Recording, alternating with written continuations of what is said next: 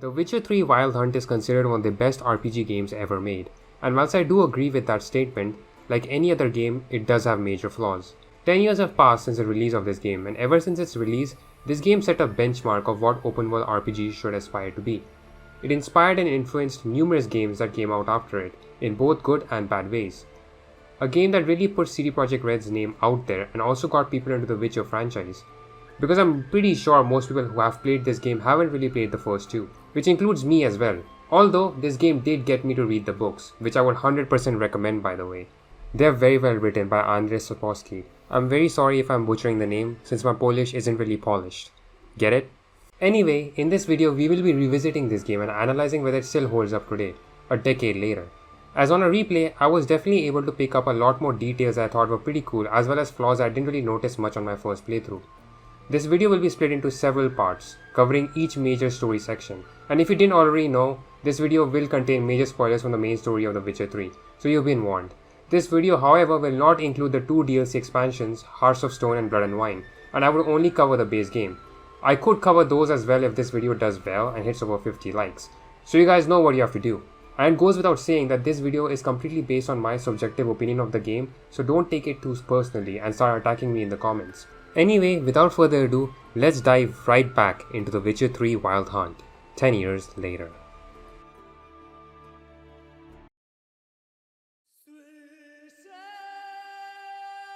The Witcher 3 starts with a cool cinematic intro, as we see Vesemir and Geralt on the trail of finding Yennefer.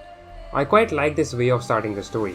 The visuals are pretty cool and also introduces just what type of world The Witcher 3 is set in, with war-torn fields, endless death and destruction, which does make this intro quite grim. It also shows us how the two witches are neutral towards this conflict and are only focused on the task in hand. And without getting into too much, it does show how much Geralt cares and worries for Yennefer without giving away too much.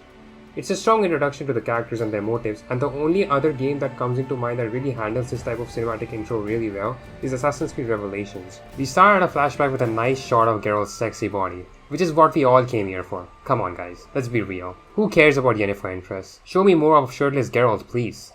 But serious question here, why did they change Geralt's facial model so much throughout the series? Like, Geralt in Witcher 3 resembles nothing that of what we see of him in the first game. My guess would be that it was done to make him appeal to the masses as a sexy badass action hero, but I do think that it does take away from the artist's original intention and even the consistency, as Geralt definitely doesn't look like this in the books at all. I would say the Witcher 1 Geralt would probably be the most accurate to what Geralt might look like in the books, as he's not really described as a man with particularly attractive features. Geralt is probably one of my favorite fictional characters as he stands out and he's quite different from your usual charming and charismatic hero archetype. He's more of a stoic. It also proves that you don't need an outgoing and expressive protagonist for video games to work, as characters such as Geralt are good examples of the complete opposite being true. Another reason why I like him, and I know this might sound stupid, but I sort of relate to the guy. Not to the fact that he's a badass witcher and just insanely shredded, as he keeps to himself mostly, doesn't talk much unless it's for an important contract or people in his life. We also share the similar dry sense of humor during tense situations, and also the fact that how dedicated he is to the Witcher grind, like how I am with this YouTube channel. Yet despite all this, he deeply cares about the people he loves and is willing to do anything for them. So all in all, we are quite similar, minus the fact that I don't have a hot, sexy sorceress girlfriend, but I struggle to get a normal girlfriend, so I guess that will never be possible. Speaking of sorceresses, we are introduced to Yennefer, our queen and Geralt's one true love. Vesemir, Geralt's mentor and teacher, and of course Ciri, who is the central character and focus of this game. Now Geralt and Yennefer adopt Ciri as a child in the books after her home gets attacked and train her in Kaer Morhan. So this flashback is around that time. And how do they get to know each other and develop this deep bond? Well, you gotta read the books for that. And please, for the love of God, avoid the Netflix show by all means. It's an insult to the franchise and spits on everything that made this series so amazing. The books are clearly the way to go if you want to know each of their backstories and in detail. I also just love Kaer Morhen. It gives such a strong feeling of home, where everything is safe and well with Geralt and his family, but it's not gonna be for long, and I'll be getting to that in a minute. This is basically the tutorial section of this game, where you're introduced to the combat. In combat, you can do a strong attack and a light attack. When facing human enemies, you can parry and counter their attacks by pressing B as soon as they attack, which works pretty similarly to the combat in the AC games. You can also use a combination of hand signs and tools such as bombs or crossbows to assist you, and each sign comes pretty useful in certain situations. There are 4 hand signs that you can use: Igni, Quen, Ard and Yrden, Quen can be used as shield, Art can be used to knock enemies or monsters off balance and quickly finish them off, Igni to burn them of course, and Yrden to slow down enemy movements. I also forgot to mention the sign Axie, which can be used to trick people and make them do things for you. Now the combat in this game I have mixed opinions on. I mean, I do like chopping off limbs and heads of enemies, but my problem with it is how flowy it is. Like especially when dodge rolling, you go way too far and a lot of backsteps and movements that Geralt does can also be much further than what I expected. Which is especially annoying when I go far while dodge rolling, then I have to go back and lock onto the enemies again to continue the fight, as the lock on disengages sometimes when I dodge roll out of the way, making it really frustrating. It also just feels really cartoony, and I get that witches have a different combat style to regular people, but what I find a bit underwhelming is that most of the animations during combat are just Geralt performing the same spinning and circular attacks over and over again. And it does get pretty boring to look at and do, especially with this game being over 60 hours long and since you'll be interacting with combat for over 80 to 90% of the game. I can see how this can get pretty repetitive. Another thing that I think this combat system lacks is weight, as Geralt's attacks just don't feel that they carry physical weight to them, so it doesn't really feel that you're doing enough damage to the enemy or even the enemy doing damage to you. It also doesn't help that Geralt feels very light to control. I know that he's meant to be very agile and fast as a witcher, but I think it takes away a lot of the impact of the attacks in combat. And sometimes even using signs such as Igni isn't really as effective. The combat in this game is serviceable at best. I wouldn't necessarily call it the strongest asset of this game. In fact, I would go as far as to say that it can be quite shallow and basic, which kinda sucks, especially with it being the main source of gameplay that you'll be interacting with throughout the game. We get a first-hand look at the main enemies you'll be facing in this game called the Wild Hunt, which are after Ciri for her special abilities. And we are back to the present day. Geralt and Vesemir are at White Orchard, our starting area of this game. We are finally introduced to the open world of The Witcher 3. And my god, this game looks gorgeous, especially with the next gen update, which boosts up the lighting even more. It's simply breathtaking. The Witcher 3 is probably one of the few AAA titles that has managed to strike a good balance between realism and also having a sense of art direction. Because my god, the views of this game straight up look like a painting. The sun rays from the trees, the small, cozy and lively villages with the people having their own routines and things to do, which is quite similar to what you see in Skyrim, but a big step up from that. We encounter a griffin here, which is technically the mini boss we fight during this prologue, and our basic objective is to slay the griffin that troubles the area in order to progress. I know it feels like an errand, but it serves as a pretty decent introduction to the game's mechanics before we head into the later part of the game. We also get a bit of world building here, as we see Nilfgaardians having conquered most of White Orchard, yet the local villagers still resist them and absolutely riot on the look of anything that resembles Nilfgaard. We also see how witchers are seen as complete outsiders and how the world is extremely hostile to them and other folks that aren't like the average civilian around. The prologue does a fairly good job at establishing this world. It isn't for the faintest of heart and extremely cold and brutal, much like the real world today to be honest. There's so much detail put into this world that even a small area like White Orchard has so much to discover. And god, the visual storytelling of this game with the horrific remains of the battlefield, bodies being hung, it shows so much about the world without telling what's actually going on. Details like this I never really paid much attention to during my first playthrough, but replaying this game and really taking the time to explore things really makes me appreciate it in a deeper level. I also did a lot of side quests this time around, and it's crazy how much quality the other side quests have just for a small starting area like White Orchard. It tells me so much about the world and the NPCs living in it, and the side quests that I did do had pretty intriguing stories. There's one with the smith whose house is burnt down and we're supposed to catch the arsonist. We can either leave him be as he pays us, or we can be an honest man and take him to the blacksmith, who does turn him in, and his punishment is being hung from a tree. Really harsh, I know. I like that it really makes you reflect whether you made the right choice or not. There's also this quest where you find this guy who claims that his cart was attacked by monsters and he lost his box while escaping. So we find the box for him, only to learn that there were no monsters that attacked the cart but a human. So the guy was lying, and we can either call him out on it or just simply give him the box. I like twists such as this, and like the previous quest, we also have a choice that determines different outcomes. And these aren't even the best ones, as there are many side quests you can find in the world, each with interesting stories of their own. CD PROJEKT Red clearly knows how to craft good side content which is of quality and keeps you intrigued, unlike Ubisoft games with dull and repetitive side content dotted across the world. What also is very impressive is how most NPCs manage to have a personality of their own, especially in quests. Normally in other RPGs such as the Elder Scrolls, the NPCs end up being quite dull and their only objective is to give you the X thing to do and thank you in a very half-hearted manner after completing the quest and be off on their way. This is especially more evident in modern RPG games. And I know you people would argue that these are very high standards, that you can't make every NPC unique and interesting, but this is already done by the likes of CD PROJEKT Red and Rockstar, so companies as big as them really have no excuse for this. I also played a lot of Gwent during this playthrough of the game. It's pretty similar to deck building card games, and especially since I really had a blast playing Bellatrix as of late, I had fun playing Gwent this time around. I didn't really interact with it much during my first playthrough and I do regret it. The game works this way: you have to build out your deck with different factions of your choosing, and each deck has a certain score, and by adding those decks up, if the total defense score is greater than that of your opponent, you win the round. If you win 2 out of 3 rounds, you basically win the game. I know it sounds very easy on paper, but you really need to carefully plan which deck to use, so you can maximize your chances of winning. You shouldn't play all your best cards from the get-go, as I realized by getting my ass handed to me in subsequent rounds. So you need to keep your cards close to your chest, literally. You can also collect cards spread throughout the world to add to your deck. It's just really cool, and I have a much deeper appreciation for CD PROJEKT Reds for making an entirely different game within a game, and it just being as good. So after slaying the Griffin and butchering random asshole civilians, we are finally reunited with Yennefer, our queen. I would like to talk more about her, but I will discuss her character in more detail in the later half of the video. But to sum it up, she's here to look for Ciri with the help of Emir, the Emperor of Nilfgaard. Technically, Emir is her biological father, so he needs her for political reasons, of course. Geralt is roped into this arrangement and we start our search for Ciri. We also find out about how the war is going across the continent, the fictional world where the games and the books take place, and how it has affected places and the people, with Velen being a land where constant battles erupt and soldiers being hung from trees, Novigrad where the locals and the Order of the Eternal Flame blame the mages, elves and other non-humans for starting the war, and Skellige just being Skellige and not giving a fuck of what's going on with the war and minding their own business until Nilfgaard shows up, of course, which is pretty base in my opinion. So that's the overall prologue and setup for The Witcher 3. Overall, this prologue does a great job at introducing us to the world, the gameplay mechanics and the characters of this game. It also does a great job at establishing how the people in the world view Witchers as freaks and want nothing to do with them. They clearly are ostracized from the world, which is quite sad, but they have accepted that it's part of the job and they tend to keep to themselves unless it's about hunting monsters. But Geralt's mission is different than slaying monsters. It is to find Ciri, and our trail to search for her starts here, and our first stop is over at Velen.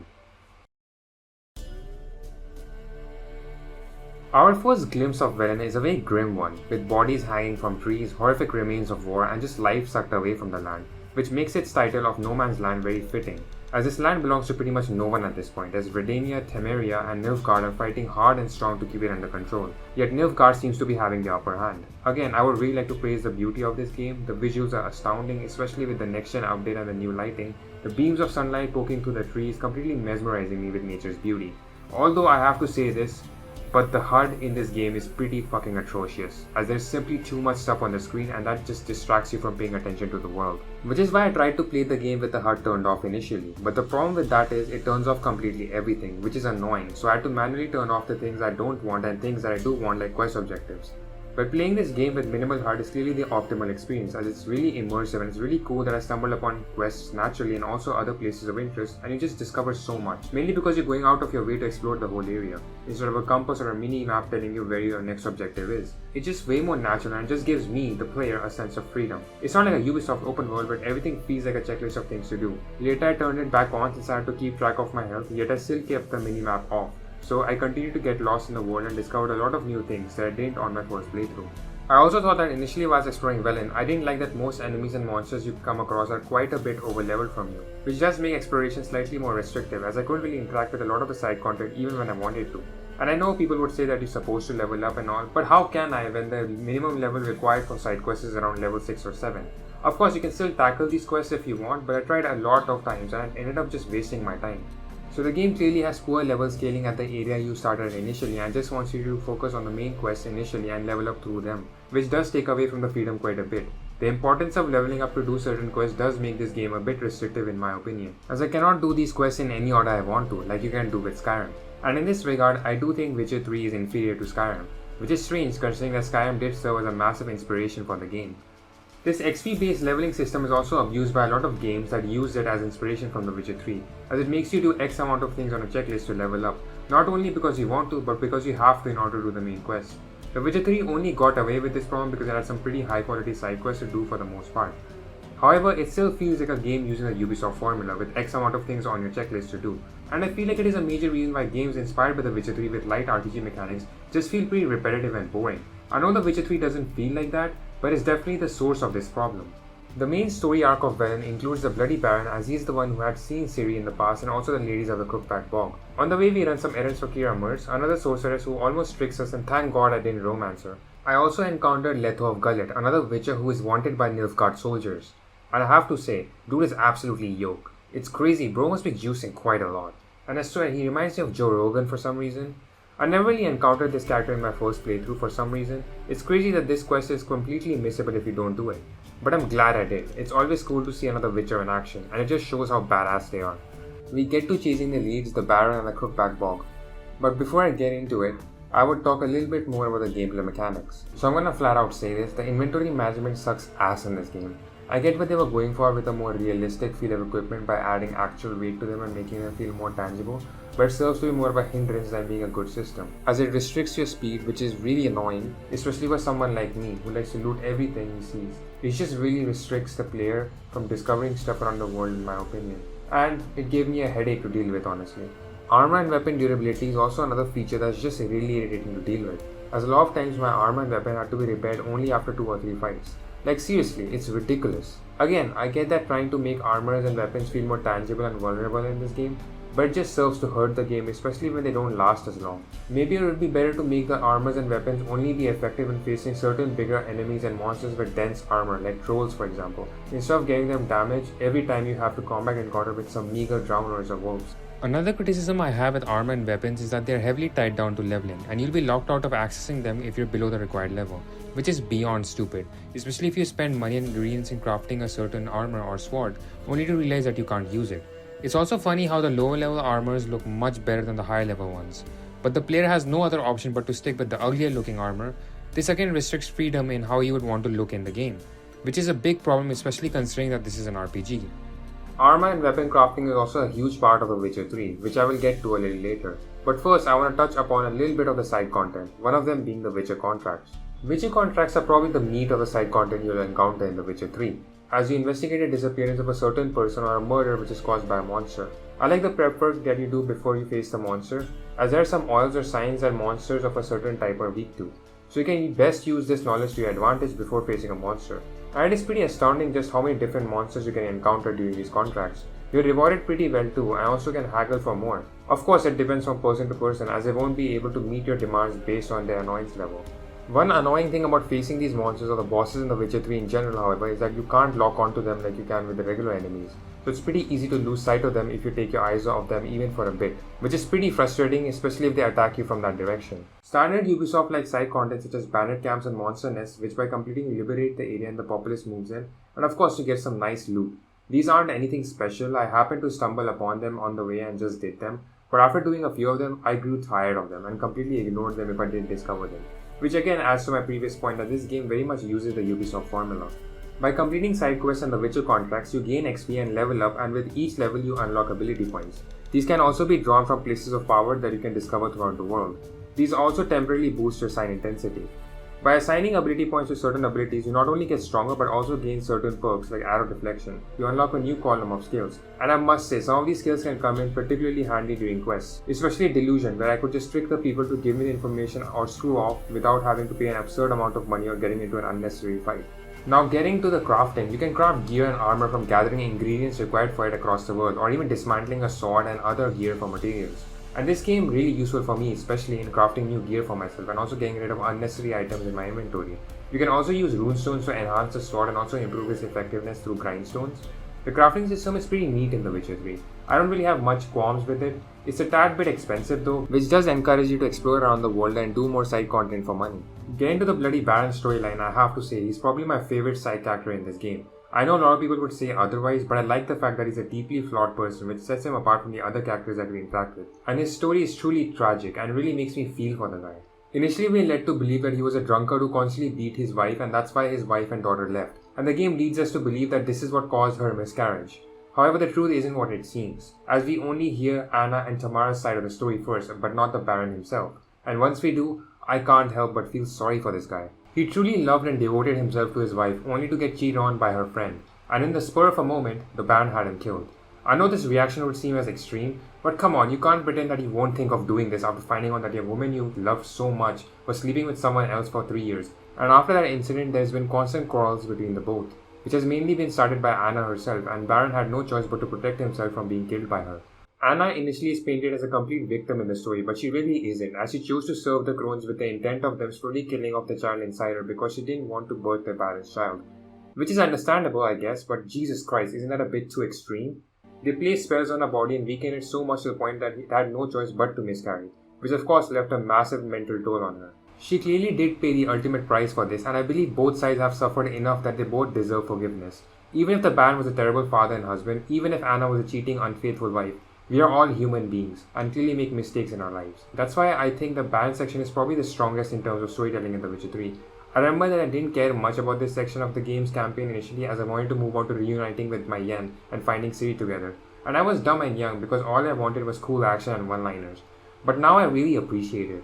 It isn't some grand story arc of a big monster hunt or about politics, but just two flawed people who have made mistakes and have done bad things to each other. But they're clearly ashamed of their actions and aspire to be better people. At least that's true in the case of the Baron, who stops drinking after the burying of his unborn child and vows to help and protect Anna.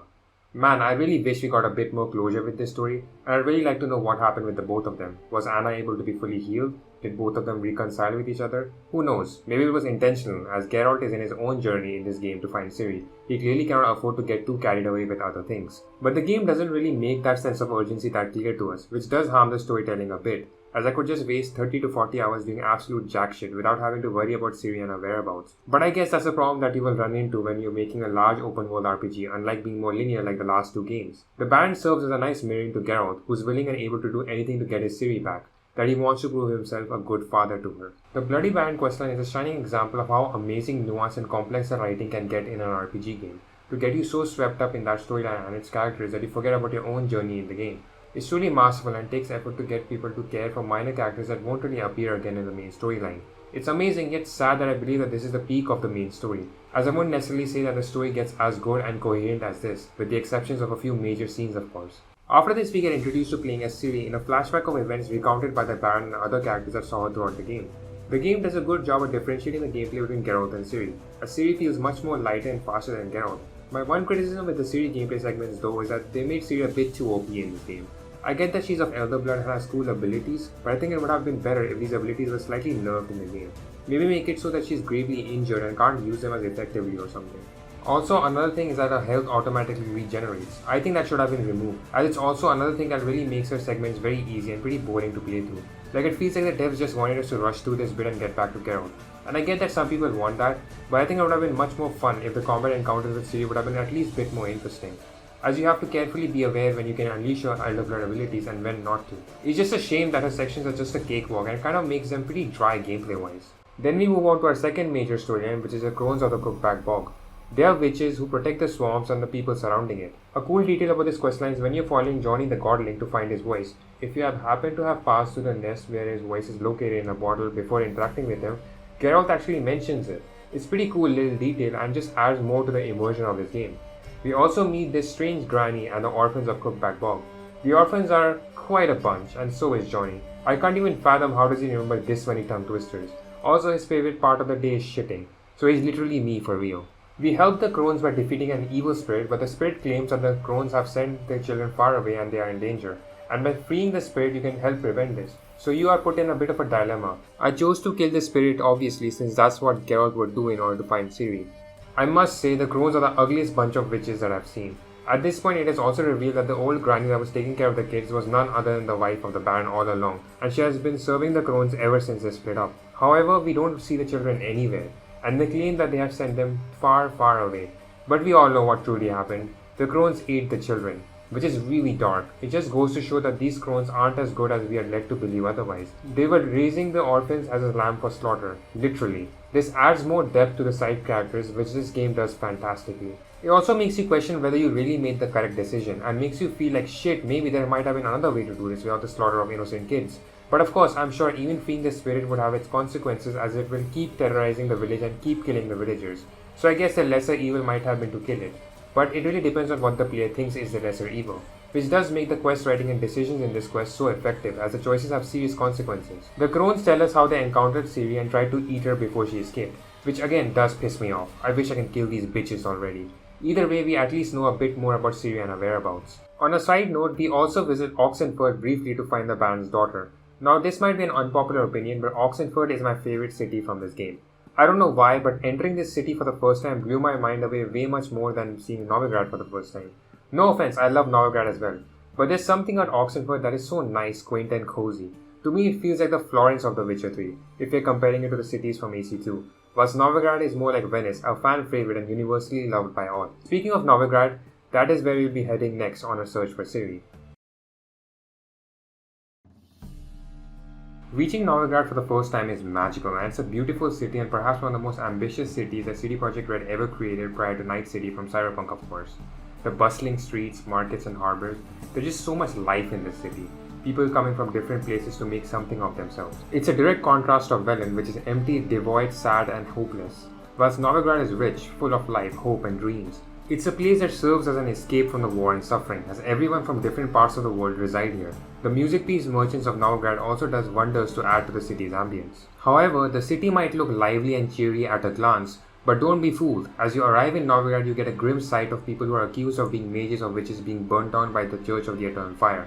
It's really a horrific thing to witness and sets the scene for what's exactly happening in Novigrad. You also see lots of poor beggars and thieves on the street. This city might look cheery and hopeful on the exterior, but it is pretty bleak and depressing as you come to explore more of it. We are also introduced to Caleb Menga, a shrewd man who won't stop at hunting down mages and witches, who you can say is a minor villain in this Novigrad storyline. But before we venture deep into the storyline, I did a bit more side content before progressing to the main story. The major piece of side content that I did were the Witcher gear scavenger hunts. Now these are pretty cool. Doing them unlocks the ability to craft Master Witcher gear. In these, you're supposed to find diagrams of each of the armors across ruins and dungeons, and in order to upgrade them as well, you're supposed to find these diagrams. I like these hunts as you learn more about witches that came before Geralt and also discover a lot of new things. I don't know why, but these remind me of the special armors you can find in the Ezio games. I like the fact that you have to do some big quests in order to unlock the special equipment in this game, unlike being locked away under a paywall like most modern games. Also, whilst exploring around the world doing side quests, I have to say that Roach is probably the worst companion to have in any game. I swear there are times where he's just unresponsive or gets stuck for some reason. It's such a hassle to ride with Roach sometimes that you're better off on foot. And it does get pretty frustrating when there are some places you know he can go, but he just can't for some reason. I really don't know why Geralt likes him so much. I mean, I do, but come on, I'm not riding on this useless horse. A cool thing while exploring the world is that you have random encounters with NPCs, and I know these are mostly scripted and aren't really random like Red Dead 2, but it's still cool to run into them. It just makes the world feel that much alive. Like a cool thing that happened to me in an inn where a bunch of bandits broke in to rob the place, and of course I stopped them. But it just goes to show how lively the world of this game is. I remember never encountering this on my first playthrough, so it definitely blew my mind. There's also a lot of times in Novigrad where I got attacked by a bunch of bandits randomly. Now these encounters are quite cool, but they do tend to repeat themselves as I got attacked in the same area many times and it became quite predictable after a point. So you know it's scripted and not organic like it is in Red Dead Redemption 2. The main plot of Novigrad involves us helping Triss and the other mages in escaping the city, and also to find Dandelion. Firstly, we are introduced to Triss, Geralt's former lover. Now ignoring the fact that she's sexy as fuck, Triss is a charismatic, caring and upbeat woman, a complete contrast to that of Geralt. I must say, I really dig the chemistry between Triss and Geralt together, and I almost got tricked into romancing her. CD PROJEKT Red are probably one of the few AAA studios who can write compelling romance in games, to the point where I'm struggling to pick between the two main love interests. But we must stay strong for our queen. We see how she's struggling to get by in the city, and so are the other mages whose kings were slain and have no place to go to. Picking up menial jobs for money, we also get this nice little heart-to-heart between them as they both reconcile the fact that Yennefer is the queen and she's the only one who deserves Geralt. That's right, bitch, so stop using my man. First we helped Triss and the other mages escape Novigrad, and seeing Triss go was pretty sad. But I had no other choice. If I were to romance Yennefer, I had to be all in. Another point or reason why I wouldn't romance Triss also is that Triss technically used Geralt. She knew that him and Yen had a thing, and she still slept with him after he forgot his memories. So that very much makes her not seem genuine, and it's pretty messed up honestly. Imagine cheating on your friend like that. So Triss really is not as innocent as she seems. We help her and the other mages escape Novigrad, and here's where it becomes a bit difficult for me not to romance Triss. Again, it's all thanks to the strong character writing. If I never read the books or played the games before this, I would have certainly gone for her, which I did in my first playthrough. I know it's blasphemy and I realized my mistake later, but not again. Then there's the wild goose chase to find Dandelion, where we meet several new characters of note. The very first being Zoltan Chive, who's a funny dwarf to be around. I like the banter and back and forth between Geralt and him, and he's a nice substitute to Dandelion. Although I still love Dandelion more though, especially after reading the books, and I liked his portrayal in the Netflix show as well, and it's probably one of the only positive things that I can say about that show. Secondly, we have Priscilla, a performer and someone who Dandelion has a thing for. She performs this beautiful song at the Kingfisher. The song is called The Wolven Storm, which is one of the best moments in the game. It's a beautiful song about Geralt and Yennefer's relationship and how bittersweet it is, as they keep meeting only to part ways in the morning. And if this song is not proof enough that you should romance Yennefer, then I don't know what to say. It also made me fall in love with Priscilla's character at first glance. No wonder why Dandelion fell for her. Her voice is so enchanting that even the guy on the street stopped over to listen. The whole crowd from wherever they are or whatever they were doing just stopped to take in this moment. This song especially hits different after reading the books and serves as a great ode to them. And if you haven't read them, please do. They are excellent, and don't watch the Netflix show, just read the books instead. It explores their relationship in a significantly better way. Anyway, it's a great moment, but thanks to this bitch from White Orchard who ruined the vibe. Like, read the room for real, lady. Then our third major character being Dijkstra, a familiar face in the Witcher series. Also quite a funny guy who's also a bit of a dick. It's clear that he's a very complex character, that he's neither in our side nor against us. He'll just do whatever benefits him. I do like that he was a good wingman for Geralt with Triss. As much of a dick he is to Geralt, you can sort of tell that he does care about him, which is why I like their friendship, if you can call it that, throughout this section of the story. There is a lot that happens in this section of the game, which is my biggest problem with Novigrad in terms of storytelling. There's just a lot of story arcs crammed into this section of the game. First there's the stuff with Triss, then finding Dandelion, the Big Four, and Orson Jr., and the plot to assassinate Radovid. There's just a lot going on, and none of these story arcs or characters are given ample enough time to breathe. That's the reason why the Bloody Baron section worked so well. It was because mainly it was focused on one story arc with the Baron and his wife. That's why it felt so much more cohesive. But Novigrad just feels like a complete clusterfuck, which does affect the pacing of the game quite a bit. Whilst tracking down Dandelion, we encounter the witch hunters quite frequently, and they mention why they do what they do. They blame sorceresses for plotting with kings and wage war for their own convenience, and they are not wrong. In the Witcher books, the Lodge of Sorceresses do exactly that to suit their own needs and interests. However, don't the ordinary human advisors of kings and queens do the same? Isn't it a bit hypocritical to put all the blame on sorceresses? It's a nice argument to ponder upon. Dandelion has also been involved with Horson Jr. and we go to find him next. I did get a nice shave and haircut on the way. A cool detail that I should mention is that your beard grows back in real time if you shave it, which is pretty cool and just adds to the immersion. We search for Horson Jr., we finally get a lead and go to his hideout, and what we see is absolutely inhumane and vile, with women being brutally stabbed and hung from the neck, and this really pissed me off. What a fucking asshole this guy is. There's no question, he deserves to die after what he did to those poor women and also our companion, Dudu. I killed him off instantly after hearing about Ciri. Go rot in hell, you degenerate piece of shit. We rescue Dandelion and meeting him again is so refreshing, like seeing an old friend again. But Geralt's kind of an ass to him here, and straight away just asks about Ciri. Like, no hi or hello, dude? Like, I know the urgency to find Ciri, but what about a hi or hello at least to your old friend, after such a long time? But that is very much like Geralt, I guess. Still pretty rude though. We find out more about Ciri's escapades and, like before, hit another dead end. Our trail for Ciri has run cold and further answers await us at Skellige. But we aren't done with Novigrad yet, as we still have some loose ends to tie up. We still have the plot to kill Radovid. Dijkstra wants him gone, and you know what, I'm inclined to agree with him, since all the mages included Triss and Yen would never be safe if he were to rule the north. We meet some familiar faces like Thaler and Vernon Roach from the previous games. I don't really know an awful lot about them because I have not really played the first two games. I tried to play the first game long back, but it's too clunky of a game for me to finish. Maybe if this video does well, I might do a video on the other two games as well. Who knows? If you want those videos, then you guys know what to do. I also met Lambert in a side quest, who is another Witcher we meet. And he's just a bro, and I want to kiss him so bad. No homo. We help him avenge his friend, which leads to a surprising confrontation with the killer, now a peaceful man with family. So I decided to be a bigger man and spare his life, to end this pointless cycle of vengeance. Lambert disagreed of course, but he's a bro, he will come around. Lastly, we also help Dandelion in setting up his inn, and it's just fun to see Geralt and Dandelion together. I love their friendship and chemistry, and it made me chuckle when he was doing a stupid play to convince his ex to give him a loan. But things get dark pretty quick. Priscilla gets attacked by a serial killer, and that pissed me off. Of course I'm gonna track down the damn perpetrator, and after doing so and putting an end to it, we part ways with our friend Dandelion and also Novigrad, and we off to the last major location of the game, to Skellige. Skellige is an absolute marvel of a place. With the snow-peaked mountains and the windy trees, it's a place where nature is truly alive, and so are the people, as the way they dress, speak, and also their culture is quite different from what we have seen so far. Skellige and its people remind me of Vikings and Scandinavian culture in general. I'm sure there was a huge influence in creating it, as their customs and traditions resemble them a lot. I was really blown away again when I set foot at Skellige for the first time. It's crazy that this game still managed to surprise me after over 30 hours spent in it. That there is still a huge set of new quests, characters and places to interact with and explore. In this section, we are introduced to new key characters, the first being Ermion, a druid and the head of the Skellige Circle. He used to be a teacher to Ciri, and also looks after everything magic related in the Skellige if I'm correct. Then we meet Krak on Crate, one of the Jarls of Skellige, and genuinely a great bloke who helped Yennefer in finding Ciri during the Northern Wars. His family and Ciri's family were awfully close, as he was one of the people in line to be married off to Ciri's mother, Pavetta. And we also meet Ceres, his daughter, and Hjalmar, his son. Of course, we also hang out with Yen tons during this section, which already makes her a lot better than Novigrad. It was nice and romantic to see our boy Geralt rizzing up Yennefer, especially during a funeral.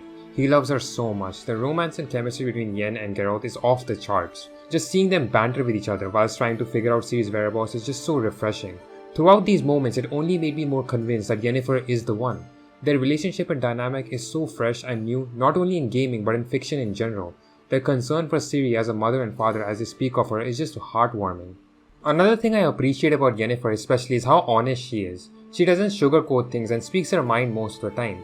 I know a lot of people find her toxic because she's not the happy, bouncy, upbeat woman like Triss, but that is exactly why I like her. She's not trying to pretend to be like anyone in front of others, and doesn't hesitate to tease or roast Geralt when she gets the chance. Sure, she's serious, but she's down to have fun and crack jokes with Geralt too, which is exactly the type of girl I like.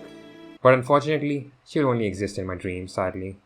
The main political plot of this section is introduced, that being who will ascend the throne and become the next king or queen of Skellige after the demise of King Bran. All the sons of the Jarls and also Ceres are up for contention. We are supposed to help both Hjalmar and Ceres and determine who's more worthy of the throne of Skellige. That's the setup for Skellige. I like that this section scales things back down a bit and it's not as crowded as the Novigrad section. I still prefer the bloody Baron stuff though, but the stuff in Skellige definitely comes in second. Yennefer breaks a lot of rules during this section of the story. One by using the mask that can cause destruction and other by using necromancy and the power of a sacred garden to talk to Skjall. It's clear that she's willing to do anything to find Ciri at this point, even if it is putting her morals aside and having her reputation ruined.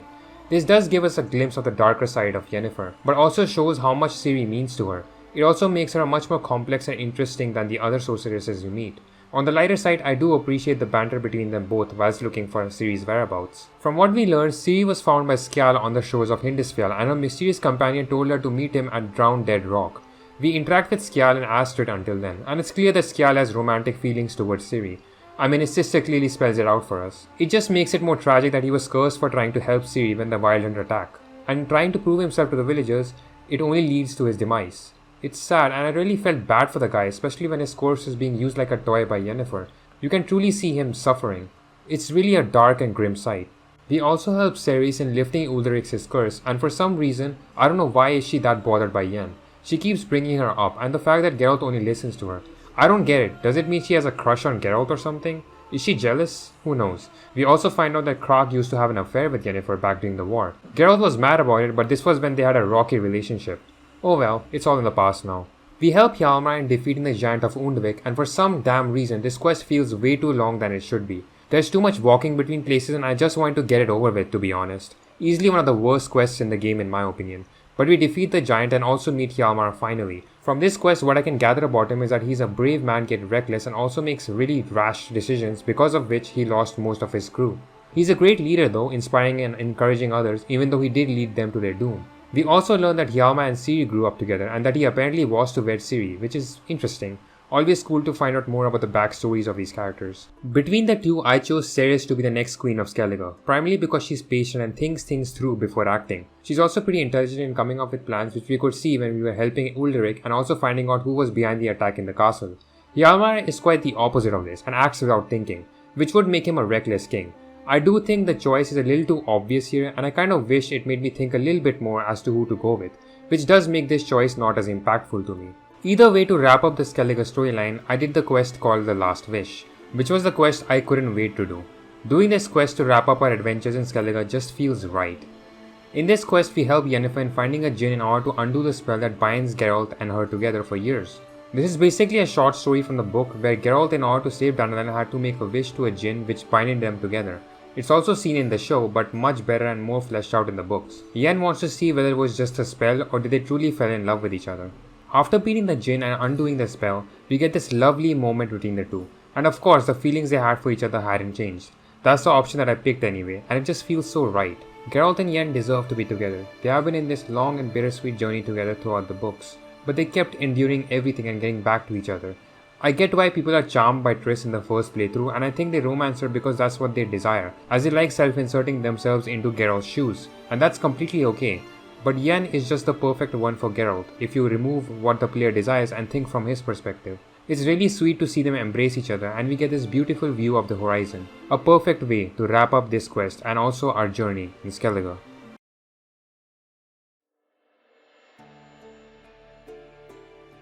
From the information we gathered, Uma, the weird beast we saw back at the Baron's place, is the key to find Ciri, so we go to pick it up, whilst being forced to report to the Emir. This fucking dick, man.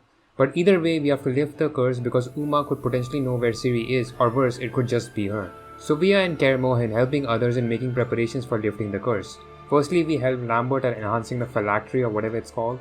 And this was a nice quest as we get some nice and fun banter between them, and also a bit of backstory for Lambert and why he doesn't really like being a Witcher. As we find out that his abusive dad that used to beat his mother got saved by a Witcher, and in exchange he sold Lambert out to the Witcher, which explains his cynical view towards life and also why he doesn't get along much with Vesemir. Like, I just want to give my bro Lambert a nice warm hug. He clearly needs it. It also sheds light on how kids got sold out by their own parents without their consent to serve as slaves or apprentices, which is really messed up, and we see how fucked this world is, that you can even be betrayed by your own parents. Then we help Eskel in hunting down a folktale. He's also a bro, man. Love the banter between the two as well. He's not as memorable or has as much depth as Lambert though, but I still love him. He clearly completes the trio. Then we help set up the megaloscope for Yen, who's not really in a good mood right now. The boys are right to call out her rude behavior ever since she came back. She also threw off the bed. I mean, I know Geralt did used to shag Triss on it, but come on, that must have been a really expensive bed. Yen could be crazy at times, which is exactly why I love her. And we do get a good old shag with her later, so I'll forgive her, which is followed by a fun boys' night doing boys' stuff. I just find this entire segment of the game hilarious. Just a funny exchange of insults and jabs between them as they're getting absolutely shit-faced, followed by them dressing up in Yen's clothes to contact the lodge. It's just priceless. I do appreciate that this game can take the edge off for a bit without changing the entire tone of the story or the characters. Again, it's all praise to the writing team to make this happen. The curse of Uma is raised, which is pretty terrible to witness, as is the trial of the grasses, the one which the Witchers were subjected to. It is pretty messed up the amount of things you had to go through to become a Witcher. Well, at least it doesn't happen anymore, or does it? Lambert makes an excellent point in calling out Vesemir for still keeping the table, and also with him repairing the fortress, it's clear that he's trying to train more Witchers after so many got massacred. But to subject all those poor souls to this trial again is just heinous, and I'm completely with Lambert on this one, especially after knowing what he went through. Avalok, an elven sage, was Uma all along and Ciri's secret companion. He tells us that Ciri is in the Isle of Mists and we have to go receive her, whilst the gang starts preparations in facing the Wild Hunt, as they won't stop chasing her. This is pretty much the start of the game's final act, so I made sure to level up, get quality weapons, gear and armor before getting into it, as I wanted to focus my attention completely on the main story after this point. We rally all allies to our side for the big fight and after that head to find Ciri in the Isle of Mist by following this firefly looking thing, which I'm guessing is a cool little nod to Ocarina of Time. Now I don't know about you, but I really like this place. It gives me the chills, but also looks almost fairy tale like. I guess it makes sense since there's a cool reference of Snow White and the dwarves here. Though I would say that finding the dwarves feels like a bit of a waste, especially since two of them die. And the third one, well, I don't really think he would mind it much since he likes sleeping so much anyway. This section does feel a little bit dragged out. It's like being blue balled, but what comes after is probably my favorite moment in the entire game. This scene where Geralt finally finds Ciri's lifeless body is heartbreaking. What makes me choke even more is Geralt's reaction. We know he can't show his emotions, but you could really see that this really got to him. But Ciri's awakening followed by their warm embrace together really makes me weep to tears still. The music especially just gives me the chills every time. And when it is followed by Ciri meeting everyone in Kaer Morhen, I can't help but feel rewarded as a player. For the grueling time we spent looking for her, we get this nice moment between them all, like it was all worth it. Until Triss shows up and ruins the mood, of course. Way to go in making things awkward, you bitch. Then comes the battle with the Wild Hunt. I won't lie but say that I prefer this battle over the final battle that we get in this game.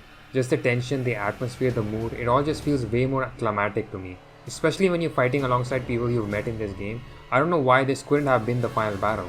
Kaer Morhen just feels like a more fitting location to end things, as this is exactly where the first game began. That's just what I feel. I also think that we could have also had a boss here. I don't know why they couldn't have decided to have Karanthir to be the main boss during this battle. It just leaves me pretty disappointed that we didn't really get a big fight in this whole battle. Most of it is just taking out Wild Hunt minions. Another criticism I have is that the outcome of the battle, no matter whatever choice I make during the start of the battle, is pretty much the same. Like there is no consequence or benefit that we gain from our choices, as it all leads to the same conclusion. which is a shame since this game is an RPG. Surely making a certain choice would also mean that certain characters could die from the result of that decision, similar to something like Mass Effect. Vesemir's noble sacrifice in saving Ciri still gets to me, man. To see such an honorable, badass Master Witcher be killed like this feels insulting. He didn't deserve to die this way. This is what builds our drives to seek out and kill Emerith, the one who slew him. So Geralt and Ciri set out for Bald Mountain Velen. Ciri takes care of the crones, while we take care of this bastard Emerith.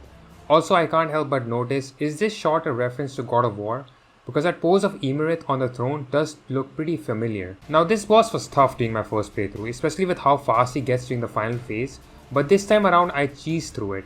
Primarily because I was quite over leveled from all the side content I did, also because I knew pretty much what to expect going into the battle this time. Also using Quen during this fight is a lifesaver. It's a pretty cool fight and certainly the best out of the Wild Hunt bosses. It's also so satisfying when Geralt lands the finishing blow. Ciri manages to take out 2 of the 3 crones, with the last one gone with Vesemir's medallion, which I'm guessing is a setup for the next Witcher game with Ciri maybe. We get this nice heart-to-heart between both Geralt and Ciri and head for Novigrad, where Triss and Yen are. We're back in Novigrad to meet the sorceresses, and things have gotten much worse from last time. The Eternal Fire have moved on from mages since they left and now going after non-humans. They always need someone to blame for their problems. We help Yen and Triss in rallying up the sorceresses of the lodge. Then we help Avallac'h in convincing the Viceroy of the Hunt to betray Eredin, and also help Ciri in tying up some loose ends. I won't really go much into detail with this section as this video is quite long already, but I would say that traveling between each world with Avallac'h blew my mind the first time around. It's crazy that CD PROJEKT Red literally built 3 completely new and unique environments just for this one quest, which really is commendable. There's also the Radovid assassination plot, and the ending to that questline is quite underwhelming and very anticlimactic in my opinion. The choice with who to side with after Radovid's defeat is too simple and doesn't require much thinking, as it is so blatantly obvious that we can't side with Dijkstra here, as his intentions are pure evil. Which is a shit way to treat his character. I don't like how he just turns completely evil and wants to rule the north all of a sudden. Like, where did that come from? Even as a twist, it just doesn't work and feel very out of place. It also ruins the morally grey and complex character that Dijkstra was. They really screwed this one up. On a more positive note, we have this sweet little moment where Geralt and Yen are spying on Ciri when she's talking to Philippa and Rita.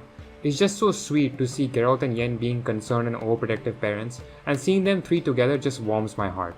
Then the last few things left are getting the Sunstone to invite Eredin and his army to a trap, releasing Fringilla Vigo, the sorceress from Nilfgaard, to aid us, and tying up some loose ends with Yennefer and Ciri. After doing all that, we finally set sail for Undvik for the final battle. The finale of The Witcher 3, like any other finale, is grand and chaotic. We fight 2 of the Wild Hunt leaders, Caranthir and Eredin. The Caranthir boss is super underwhelming to say the least in my opinion, especially after being hyped up so much by Avallac'h as the Golden Child, the potential candidate to have Elder Blood abilities. I know the reason why he is weaker is because Ciri fought him first, but I kind of wish she didn't get involved here and instead joined us in the battle with Eredin later, as I feel like more than anyone, Ciri should be the one to end Eredin. The Caranthir boss is just him throwing ice balls and ice giants at you whilst disappearing like a coward when we attack. I just wish we could have fought him at his full potential. Also, side note, it definitely helps to keep the giants between you two, so they are hit by the ice balls instead of you. This is followed by the Eredin boss at his ship, the Nalfgaard. It's nice to see everyone helping Geralt in the battlefield and aiding us at finding Ciri. It just helps knowing that they are our allies. It's also tragic how Krak is massacred in front of us like he's nothing, but I still have nothing but respect for the honorable warrior of Skellige. The Eredin boss is definitely better than Caranthir, as he comes at you quick with heavy attacks by teleporting right behind you. It's a tense fight as a final boss should be. He also throws these snowballs at you as well as blowing up the wall and striking the ground with glowy things. The trick is to always be on the move with this fight. I do love this fight. Although, a funny thing that happened here is that my game glitched out as I was stuck on full health throughout the boss, which does ruin it a bit and made the boss significantly easier for me. And no, I didn't use cheats. The game was glitched. Come on guys, if I did cheat, you won't be able to figure it out. But I did struggle really hard with it the first time around, and I can't imagine how hard it would be on the higher difficulties like Death March. At last, we beat him, only to find out that Avallac'h betrayed us, or not really Avallac'h but Ciri, as she intends to go to end the White Frost as she is the Elder Blood. I was sad at this moment during my first playthrough, because I genuinely thought this is it for Ciri, that we'll never see her again, which is tragic. But luckily, I was proved wrong, as Geralt gets a brand new sword for her, and on her way we can see that peace has finally returned to places like Velen and White Orchard. As Nilfgaard has retreated to the north, it's good to see people cheering and excited for the start of a new chapter of their lives. And so are Geralt and Ciri as they prepare themselves for the next contract. A Witcher's life, you see. The show must go on. That marks the end of The Witcher 3 Wild Hunt.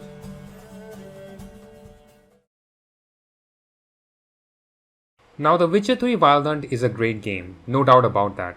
But I won't necessarily say it's good at being an RPG, especially the role-playing aspect of an RPG, as Geralt is already a preset character with his own set personality and backstory. Sure, you do get dialogue choices and branching paths, but it's still very much Geralt speaking. You can't really roleplay as a certain type of player as well like you can in other RPGs, as Geralt's build and skills are restricted to that of a Witcher, which does suck, but it makes sense with the type of game CD PROJEKT Red were making.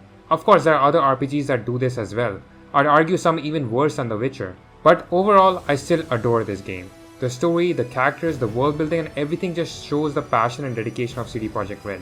Sure, it isn't the perfect 10 out of 10 game, with noticeable flaws in its gameplay and also with the pacing of its story, but the game has my heart, and it's no denying that this set a benchmark for open world RPGs, one that continues to get pushed today. I appreciate The Witcher 3 as much as I did the first time. It was a special game for CD PROJEKT Red over a decade ago and still continues to be one.